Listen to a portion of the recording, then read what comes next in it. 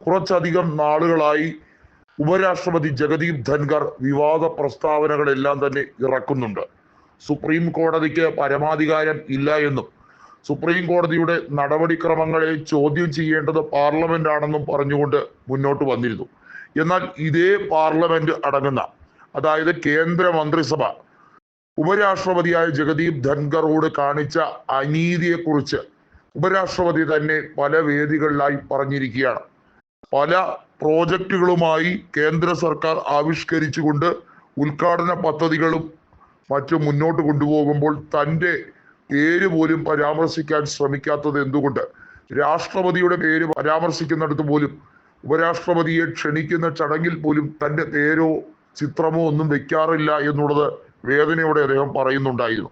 എന്നാൽ തനിക്ക് പിൻഗാമിയായി വരുന്നവർക്ക് ഇത്തരത്തിൽ ഒരു കാര്യം അനുഭവിക്കേണ്ടി വരരുത്, പ്രോട്ടോകോൾ ലംഘനവുമായി ബന്ധപ്പെട്ട കാര്യത്തിൽ തനിക്ക് കർശനമായിട്ടുള്ള കാര്യങ്ങൾ പറയാനുണ്ട് എന്ന് ഉപരാഷ്ട്രപതി പറയുമ്പോൾ അതിനെ അംഗീകരിക്കുന്ന രീതിയിൽ ഇപ്പോഴിതാ ദളിത് വിഭാഗത്തിൽ നിന്നുള്ള ഒരു വ്യക്തി കൂടിയായിട്ടുള്ള സുപ്രീം കോടതി ചീഫ് ജസ്റ്റിസ് BR ഗവായ് മഹാരാഷ്ട്രയിലെ ഒരു പരിപാടിയിൽ അധ്യക്ഷനായി എത്തുമ്പോൾ, ഉദ്ഘാടകനായി എത്തുമ്പോൾ അദ്ദേഹത്തിനെ സ്വീകരിക്കാൻ മഹാരാഷ്ട്രയുടെ ചീഫ് സെക്രട്ടറിയോ ഡയറക്ടർ ജനറൽ ഓഫ് പോലീസ് DGPയോ ഇവരാരും തന്നെ വന്നില്ല എന്നുള്ളത് ഏറ്റവും വലിയ ഗുരുതരമായ വീഴ്ചയായി, പ്രോട്ടോകോൾ വീഴ്ചയായാണ് സുപ്രീം കോടതി ചീഫ് ജസ്റ്റിസ് പറഞ്ഞിരിക്കുന്നത്.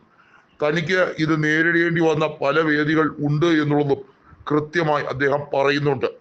നമുക്കറിയാം, രാഷ്ട്രപതി ദ്രൗപദി മുർമുവിനെ എന്തുകൊണ്ടാണ് പാർലമെന്റിന്റെ പുതിയ മന്ദിരത്തിന്റെ ഉദ്ഘാടന ചടങ്ങിൽ പങ്കെടുപ്പിക്കാത്തത്? സാധാരണഗതിയിൽ ഓരോ വർഷവും നയപ്രഖ്യാപനം ഉൾപ്പെടെയുള്ള കാര്യങ്ങൾ രാഷ്ട്രപതിയാണ് നടത്തുന്നത്. സർക്കാരിന്റെ നയരൂപീകരണവുമായി ബന്ധപ്പെട്ട കാര്യങ്ങളെല്ലാം തന്നെ എൻ്റെ സർക്കാർ എന്ന് പറഞ്ഞുകൊണ്ടാണ് രാഷ്ട്രപതി അവതരിപ്പിക്കുന്നത്. രാഷ്ട്രപതിയാണ് സത്യവാചകം ചീഫ് ജസ്റ്റിസിന് ചൊല്ലിക്കൊടുക്കുന്നത് എന്നതൊഴിച്ചാൽ ചീഫ് ജസ്റ്റിസിന്റെ അധികാര പരിധിയിൽ കൈകടത്താൻ രാഷ്ട്രപതിക്കെന്നല്ല ആർക്കും അധികാരമില്ല. അത് ഭരണഘടന വിഭാവനം ചെയ്യുന്ന കാര്യമാണ്. എന്നാൽ പ്രോട്ടോകോളുമായി ബന്ധപ്പെട്ട കാര്യത്തിൽ പലർക്കും പകപോക്കാം.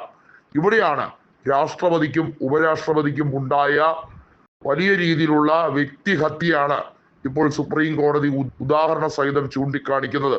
സമൂഹത്തിൽ ഇപ്പോഴും ജാതി സ്പർദ്ധയുണ്ട് എന്ന് വ്യക്തമായി പറയുന്ന രീതിയിലാണ് സുപ്രീം കോടതിയുടെ നടപടിക്രമങ്ങൾ. നമുക്കറിയാം, ജാതി സെൻസസുമായി ബന്ധപ്പെട്ട കാര്യത്തിൽ കേന്ദ്ര സർക്കാർ ആദ്യം മെല്ലെപ്പോക്ക് നയമായിരുന്നു, അനുവദിക്കാൻ കഴിയില്ല എന്നൊക്കെ പറഞ്ഞ് അതിനെ വേർതിരിച്ചു വിടാനും അത് പ്രതിപക്ഷത്തിന്റെ വെറും പൊളിറ്റിക്കൽ തന്ത്രമാണെന്ന് പറയാൻ ശ്രമിച്ചു. ഇപ്പോഴിതാ കൃത്യമായി ദളിത് വിഭാഗത്തിൽ നിന്നുള്ള BR ഗവായിക്ക് അനുഭവിക്കേണ്ടി വന്ന ഈ നഷ്ടത്തിനെ കുറിച്ച് അത് കൃത്യമായി അംഗീകരിച്ചുകൊണ്ട്, പ്രോട്ടോകോൾ ലംഘനം നടന്നിട്ടുണ്ട് എന്നുള്ളത് ശരിവെച്ചുകൊണ്ട് ഉപരാഷ്ട്രപതി തന്നെ പറയുന്നു, സുപ്രീം കോടതി ചീഫ് ജസ്റ്റിസ് പറഞ്ഞത് വളരെയധികം സത്യസന്ധമായ കാര്യമാണ്, രാഷ്ട്രപതിക്കുണ്ടായ കാര്യവും സുപ്രീം കോടതി ചീഫ് ജസ്റ്റിസ് പറഞ്ഞത് വളരെ വ്യക്തമായ കാര്യമാണെന്ന് ജഗദീപ് ധൻഖർ പറയുന്നു.